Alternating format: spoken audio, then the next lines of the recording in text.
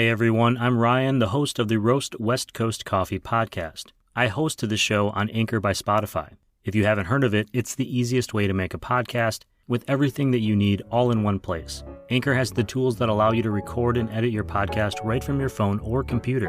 I host on Anchor because it distributes my podcast on listening platforms like Spotify, Apple Podcasts, and so many more, making it easier for me to spend my time interviewing guests and drinking coffee. Anchor is everything you need to make a podcast all in one place, and best of all, Anchor is totally free. Download the Anchor app or go to Anchor.fm to get started.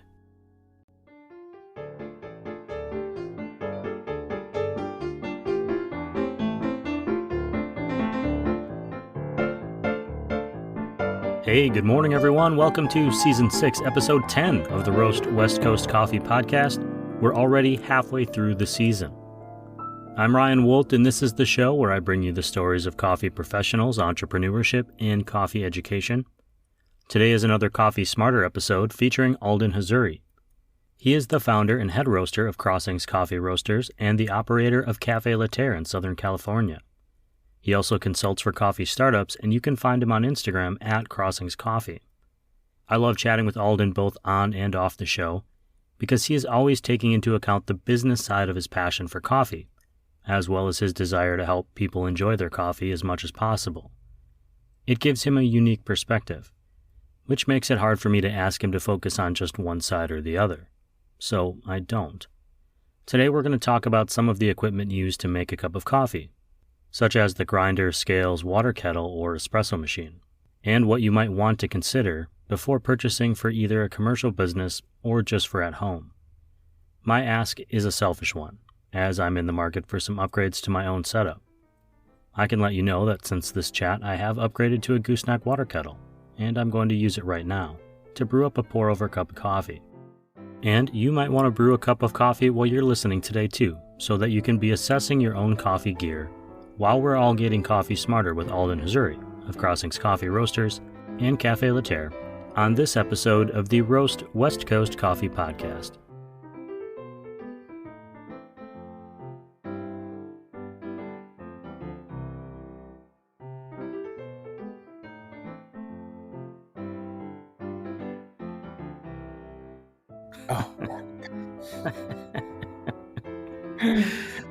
Hey Alden, welcome back to the Roast West Coast Coffee podcast.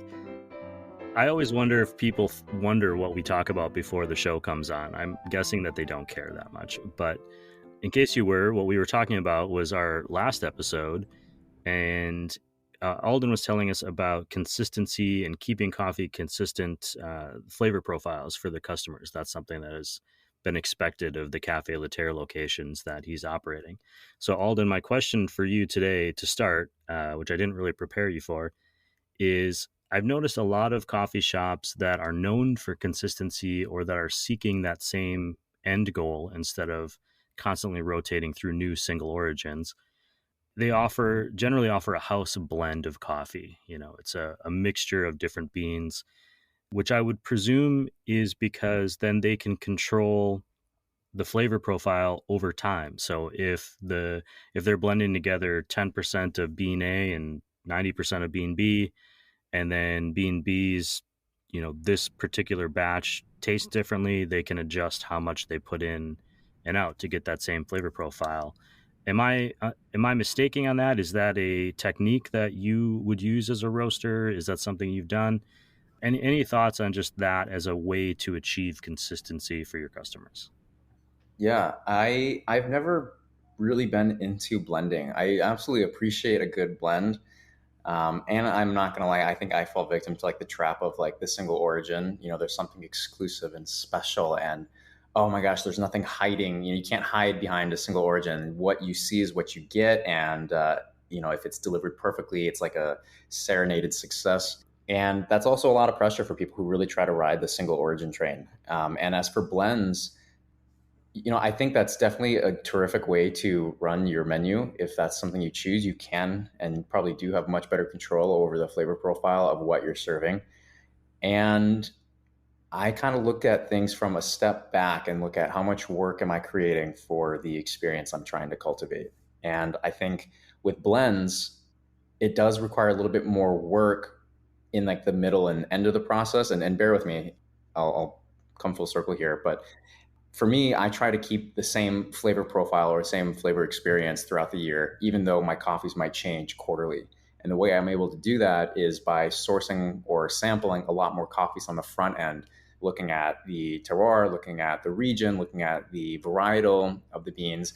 And typically, I've actually had pretty good success with being like, okay, even though this is from a different farm, even though this is from like the next mountain over, the varietals are close enough. The way that it was processed and the altitude it was grown at were similar. I know that the soil type was more or less the same. And oftentimes, with enough different samples, I'll find a coffee that is close enough or resembles the coffee that I had maybe last quarter. And so it's a little bit more work on the front end, but then I can roast it, and maybe change my roast profile a little bit to get it to match what I'm seeking in the end product. And then during the entire middle time when I'm working through the stash that I purchased, I don't have to think about blends. I don't have to think about, oh, that one bag or the two bags of this one, that's 10% of my blend here is going to run out. I need to find another coffee that matches that. It's less storage. It's a little simpler in the during phase.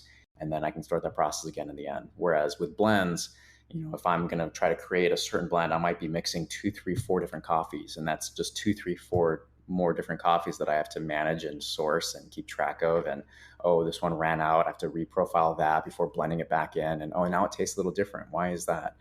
So I think you do have a little bit more control with a blend over the flavor you're creating, but it does require a little bit more work in the during stage. Sure. It's a different type of efficiency. It is. Maybe suited a little bit more to a larger roasting scale as well, where you have more team members and more people to kind of keep on managing that. And it's easier to pass that along. We started our conversation last episode talking about setting up a coffee bar efficiently and how you as a consultant and as an operator go into a space and kind of start to visualize things and lay it out. I want to talk a little bit about some of the equipment in that space in particular, and very selfishly, because I'm looking for both of these items right now. I want to ask you what it is you're looking for in a scale and a kettle and maybe some other similar equipment. I'm thinking about grinders and water, water towers and things like that. For me at home, I might just be a person making coffee at home, and I might order something off of Amazon or wherever. I shouldn't order off Amazon. I try to buy it locally from the local roasters as much as I can. But when you're looking for equipment like that, what are you looking for in terms of quality and knowing that it'll be efficient? And I'm kind of stuck on this efficiency track this season, but I'm thinking about it in terms of you want something that, one, holds up, works the same way every time, and also you're not going to be replacing regularly, and also provides, I'm just spitballing now. I'm spiraling. I'm going to let you take the show.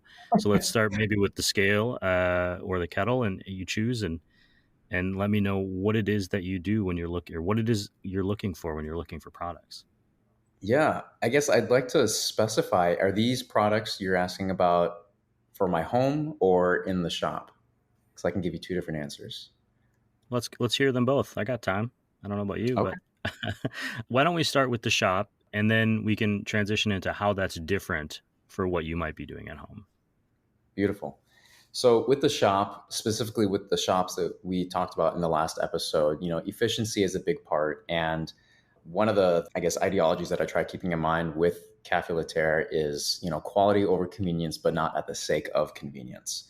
I really want to be mindful that we're maintaining the experience and high quality product and high quality service experience, but that also people can come because they can come get a quick cup of coffee. It's not going to take 7 minutes or 12 minutes or 15 minutes that some other shops are reported to have taken to deliver a cup of coffee. And that, one doesn't cancel the other out. So I'm looking for equipment that can keep up, something that's robust. And with most commercial grade espresso equipment and shop equipment, it's built for just that. They're built like water towers. It's built to have hot water on tap just about all day.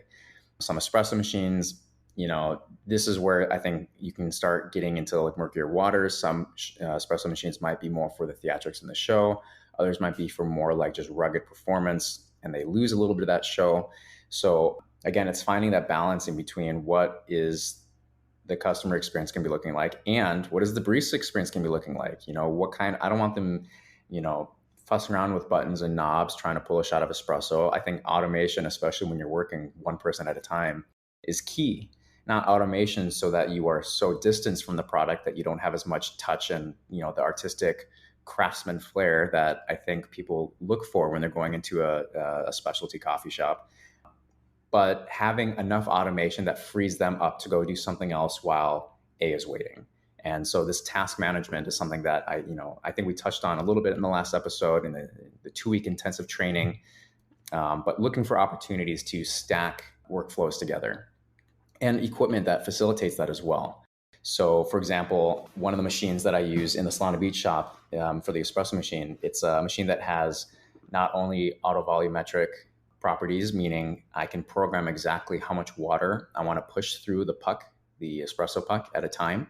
So that amount's going to be consistent. And in addition, it has a really cool feature called pressure profiling, which basically ramps up the pressure of water being pushed through the puck over the course of the shot. That's not a necessary feature. It's just a nice to have, not a need to have. But I think the auto volumetric is something I would say is a need to have, over a full manual machine, which requires the barista to wait there and time the shot and end it. The beautiful thing about auto volumetrics is because I know exactly the temperature of the water being pushed through, because I know exactly how much coffee I dosed out into that puck, and because I know exactly the minerality of the water I'm pushing through, I've controlled all these different variables. The only thing that I can't control is time. So once I know I've dialed in a shot to what tastes how I'm wanting it to taste, I know the time range that shot needs to pull at for it to be a successful shot. If it pulls under or over, that's valuable information that tells me that something has changed, something is off. Maybe the grind size, maybe the humidity in the atmosphere changed, maybe a ray of sunlight has shone through the window and it's been heating up the hopper. So now the beans are all a little expanded and warmer. That affects the grind size. So you'll see us constantly chasing the shot time throughout the entire day, but that's, I think a really useful thing for, our baristas to be aware of, knowing, okay, cool, everything is just about set. The only thing I'm really responsible for is managing the grind size. That is one less thing that they have to worry about or chase after. I think when you start looking at manual machines, there's a beautiful art in just being kind of like one with the machine and one with the shot, but it opens up so many more, I guess, variables to consider. And that could take away from the customer experience, like engagement. How's your day? What have you been up to? Oh, how was your appointment last week? Or, oh, it's good to see your dog. These other important things. I think when you come to a shop, there's an intimate relationship we get to create with each person and each patron. So it's a balance. And there's no wrong or right balance. It's what are you trying to create in your own shop experience? And for me and for Cafe Laterre, it's this particular balance. I want more of that engagement with the people that are coming to grace us with their presence and their money. So espresso machine, I'm looking for something, as automated as possible, but not necessarily super automatic. I'm looking for water towers that can keep up with producing enough hot water if I'm doing Americano. For the coffee brewer itself, I mentioned last episode, we don't do pour overs. We use a Fetco, which is basically kind of like an automated pour over. It's like your coffee maker at home, but on steroids. These are machines that I've used over the years and I trust them. And it's just an amazing machine that delivers a quality, consistent product. And, consistency is a big part of what we're trying to chase after as well. How often are you doing maintenance on these things? Sorry, I interrupted you. You're going to say grinder, but how important is that part of it, especially from a coffee shop budget side of things? How do you build that in so that these hold up over the long haul when you're really constantly hammering them repetitively in the shop? Yeah, great question. I think a lot of it depends on the manufacturer as well. Not to fall into stereotypes that some manufacturers might be better built or have higher quality than others, but I do look at, what is the repair going to look like? What do certain parts cost? I can tell you that some Italian manufacturers, the jets that they use on their espresso machines are much smaller. So they tend to get clogged a little more easily. That could lead into more frequent repair trips from the espresso mechanic if we don't do our, cleaning every night like we're supposed to. Some other manufacturers might use different size jets. So they might be, more easily manufactured. They might be cheaper to replace. oh, but maybe there aren't as many technicians in the area that know how to service that kind of machine, and that I'm making an assumption that's just like a generalization. But these are the questions that I would encourage you to ask yourself and looking into, or even just reaching out to me. I'm happy to explore that with anyone. But looking at, what does that cleaning schedule look like? And what do the repair visits look like? What do part replacement look like? Is this part even accessible, or is it so obscure I have to wait 3 weeks for it to be custom milled and shipped from Italy? These are all things to take into consideration. Yeah, I think I try to budget, time for, quarterly repairs, even if there's not necessarily anything wrong, just to have someone kind of come look at the machines and make sure that every nut is tightened, and every, everything that should be looked at is given a once over, kind of like a doctor's visit. Sure, it's like getting an oil change in your car. Everything seems to be running fine, but you do it anyway to extend the life of the car. And I would say many commercial espresso machines cost as much as a car at this point. Absolutely. Certainly a used car, if not a new car. What about at home? Like I'm looking to buy a new kettle at home, and I've been reading a bunch of articles online that show me these fancy gooseneck water kettles. The kettle I have now is just a glass kettle. I hit the button, it heats up the water, and then I, pour it out of the regular old spout. What do you recommend for people at home? So I would say this is kind of where I get to speak, my soapbox. Because for me, it's like there's a beautiful ritual in creating that cup for yourself. What are the important touch points for you? Is it measuring? Is it smelling? Is it the visual appeal? Is it the timing of it? What are the touch points that you want to focus? And I think this word is, for some reason, feels a little taboo for me to say, but like, what's your pleasure? Like what brings you the most pleasure in that part of your routine and that part of your ritual. For me personally, it's like the deep dive into the science. Like, how do I get as granular with my experience that I'm trying to create as possible? What variables can I control to make this or heighten this experience in every which way? And depending on what you brew on at home, that might change. So for me, if I'm going to be doing a pour over of some sort, a gooseneck is going to be advantageous because it gives you much better control over the flow of the water out of the kettle. Additionally, I would say things like temperature control are going to be really important. Some of the cheaper machines out there, they might give you, buttons for, 182, 194, 202, 210, 212. And even though that's might be enticing to some people, thermal stability is actually really difficult. You've got these positive and negative feedback systems built into the circuitry of the water kettle, and depending on the range that it's programmed to start the boiler up again or cut the boiler off, you're not actually getting the exact temperature reading on that button on some of these machines. Other machines, they might have more money invested into the fabrication of that instrument, and so you'll have a much tighter control. There are some kettles out there that let you kind of control on a dial exactly the temperature you want. And in my experience, my field testing, I find that these machines tend to be a little bit more accurate with how hot or not hot the water I'm boiling is going to be. And sometimes they can be nicer to hold, nicer to touch, just nicer to look at. They look beautiful sitting on your counter. If that's important to you, that might be nice to have. And then you look at things. Does that answer your question, by the way? It does. I mean, obviously everyone's going to have different priorities. I think, for me, a lot of the equipment that I use at home, which has accumulated over the last several years, but a lot of it I bought early on in my coffee journey. I wasn't ready to skip to that next level where I was spending more money, or I didn't know what I wanted. So I just kind of bought whatever worked, whatever I felt comfortable using, and then learned to work within that system. So like my water kettle doesn't have that same thermometer. It just boils the water. I bought a little thermometer and I'll check my water occasionally, or I'll make sure that I'm still kind of falling with those ranges. I don't do it every day because at home it's not important to me necessarily every day. And I'm at an interesting point now where most of my equipment that I have is pretty worn out. Like I need to replace this stuff. I have a kind of just a cheap basic scale that I use to measure my grinds. My grinder works fine for the most part, but it's definitely an entry level grinder, and I'd like to improve it, especially as I've become. It's like a double edged sword. I'm now better able to taste coffee, and so then I notice those differences more on what the equipment I have. If I would have never learned that, Alden, life would be peachy. I would have never thought about buying something more expensive or nicer.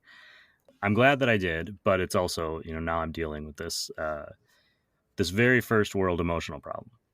Yeah. So I'm in that position now where I'm trying to decide, do I want to do this next level investment? Do I want to, which of these things matter more to me? Is it more important that I get the right kettle? Is it more important that I get the good grinder? Is it more important that all those different things? Ultimately, yes, it's great to get all that stuff, but I think it's also more important to decide what kind of experience I want at home, which is kind of something you touched on early on. And for me, when I'm at home, I like making the coffee and I like sitting in my chair and drinking it and, scrolling the news or just sitting outside and watching the hummingbirds if I feel so inclined. But I'm not as concerned about the perfection of the coffee at home. It's just not, that's not what it's there for me. I tend to go, if I'm ready to go and I really want to get that perfect cup of coffee, I'll go to one of the many great shops in my community and let them spend all the money on the nice espresso machine, and that's just me. I have a very close friend who loves coffee, does his own roasting at home, and he has a really fancy espresso machine. I love going over there and having one, but I'm not going to do that. And part of that is it relates back to a lot of the things we've been talking about over the last couple of weeks. Space and efficiency. I have a very small galley kitchen. There's only so much room for all this equipment. So size is important.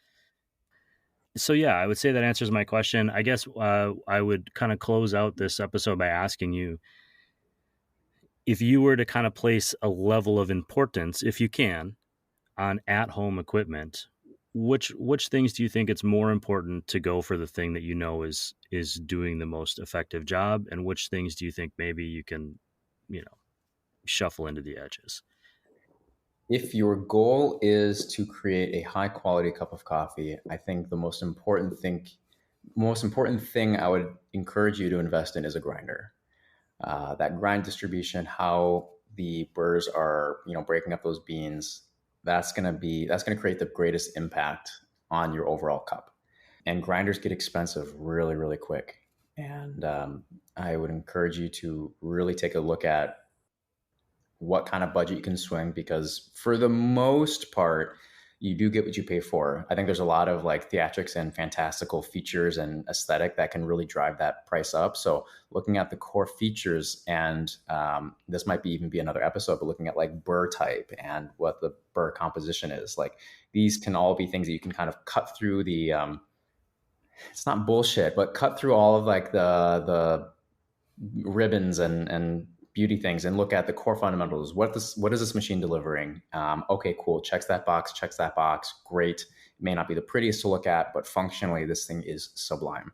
After the grinder, I'd say the next important thing is going to be your water kettle.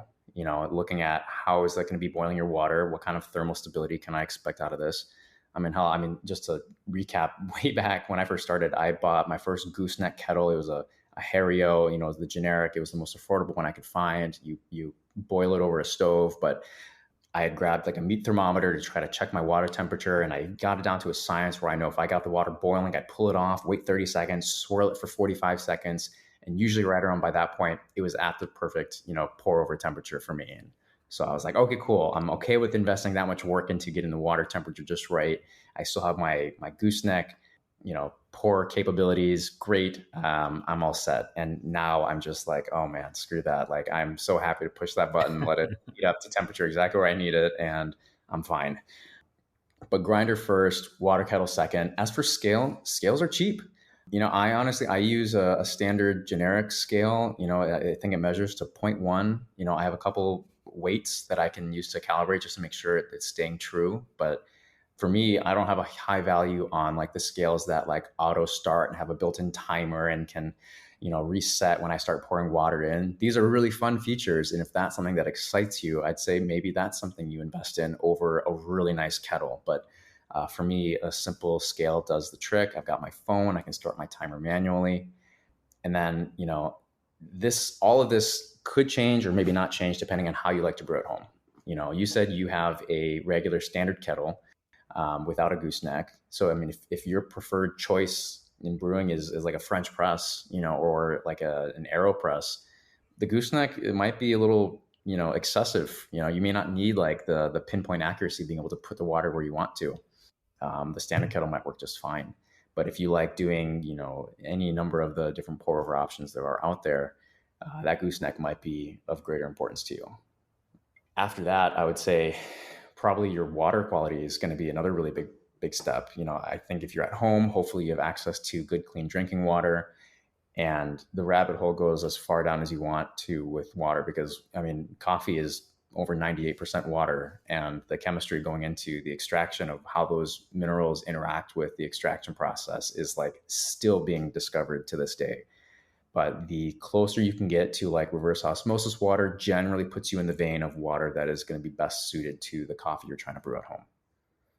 Sure. Actually, I had a really interesting comment on a recent newsletter post in which I was talking about how the coffees that I was making at camp this summer, weren't tasting as good as the ones I make at home with the better grinder.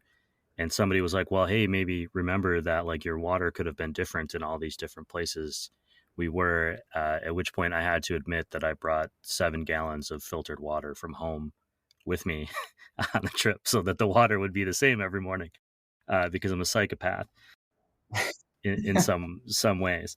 When I'm at home, and this is just for anyone listening, I use water from the sink out of the faucet, but we do filter it through a Brita filter, and I know that it's going to be roughly similar every time. But it does change when I have, like, I recently bought a bag of coffee down in Encinitas, not from your shop, I apologize, but a nearby shop. And I had a cup of coffee while I was there, the same beans, same batch, same everything. And it does taste different at home, but it is because I'm using different equipment. Their water is going to be filtered differently than mine. My grinder is going to be a little bit different than theirs. All those little factors will change, ultimately the taste of your cup of coffee. And what I've learned from 6 seasons of the show is that there are so many fucking variables, Alden. Yeah. Like you could spend your whole life perfecting something, and if the humidity changes that day, it'll change. And that's part of the joy as well, is knowing and being able to accommodate. And that's where I think operators and roasters like you and some of our other great guests show real skill and real talent. Is you're not only learning the mechanics of how to do something, you're learning how to adjust in the moment. And that, I think, for anyone listening who's maybe looking at opening a cafe or has thought about that, I think everyone in the world has told me at some point that they want to open a bar or a coffee shop. I mean, that's just, I think, a natural thing. People love that community. These are all that's what separates, making my coffee at home from being able to do it, professionally. Is it's not just the mechanics, it's the knowing how to adjust on the fly in the moment while, the bathroom is flooding. Yeah. Practice makes perfect. And then once you get perfect practice keeps perfect in practice. The rabbit hole goes as far down as you want to go. It's like the more attuned we get to the different variables, suddenly it's like a whole new world, and all these micro variables affect the larger variables, and then you're constantly in the chase. So it's constantly like a puzzle, constantly like a Rubik's cube turning over, seeing what else is going to pop up. And yeah, sometimes the bathroom floods, sometimes the power goes out, sometimes just like who knows what happens. And so there's kind of like a thrill in like the dynamicism of your day. You know what, you get through it. The day passes, you get through it, you're fine, and you live to see another day in the thrill of the chase. You live to brew another cup of coffee. Before I let you go, one, thank you for coming back on the show and spending your very valuable time with me. But two, I know that you are making coffee for yourself and tasting coffee for the shops and everything. Is there anything that you're excited about right now, or that you've been really enjoying, especially with Crossings Coffee, which, if I'm not mistaken, crossingscoffee.com, or is it crossingscoffeeroasters.com? Crossingscoffee.com or even crossings.coffee. Perfect. I mean, is there anything that you've been trying lately that you're like, man, I'm pretty pumped about this. I'm excited to share it. Yes, and still hashing out a few details. So before I get ahead of myself and promise something I can't deliver. I encourage you all to stay tuned. Follow us on Instagram. Visit the website. I will post and scream from the rooftops once it's ready. But yes, we've got a number of really exciting things in the pipeline. I'm so excited to share with everyone. Well, I will link to those as well, and I'll look for your text to give me a heads up so I can get it first before everyone else.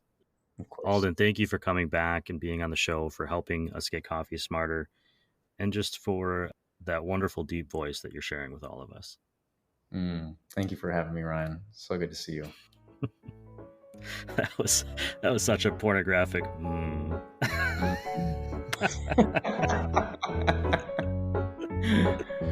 Oh, life is so fun.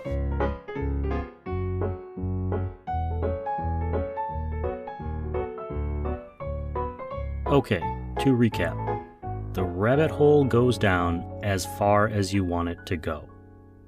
That is as much a carrot as it is a stick. It can be hard to stop researching and improving your coffee gear once you've started. It's important to do a self-assessment to determine which parts of the experience of making coffee make you happy. Are you concerned only about quality, only about your user experience, or automation, or design? Which combination of those things are important to you? How are you prioritizing your gear needs, and what is the budget that you're working within? In a commercial setting, automation can help free up baristas to be more efficient by enabling what Alden refers to as stacking workflow. At home, you can be less concerned about automation if you'd rather be more hands-on or budget-friendly. For the more heavily used equipment in your arsenal, don't forget to research the maintenance involved and what repairs might cost should they be needed. I'd say that goes double for espresso machines. An easy way to not only save money but improve your cup of coffee is to measure your grinds. Scales that measure to the gram are often cheap and available.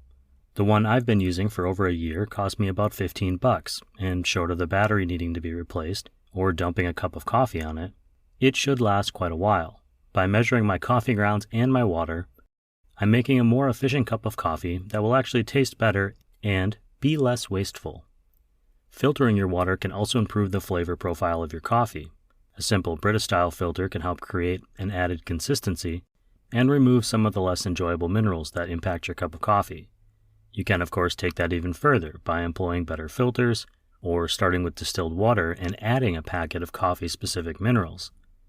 That isn't as important to me, so I don't do that at home, but if you're someone who it does matter to, feel free to invite me over sometime.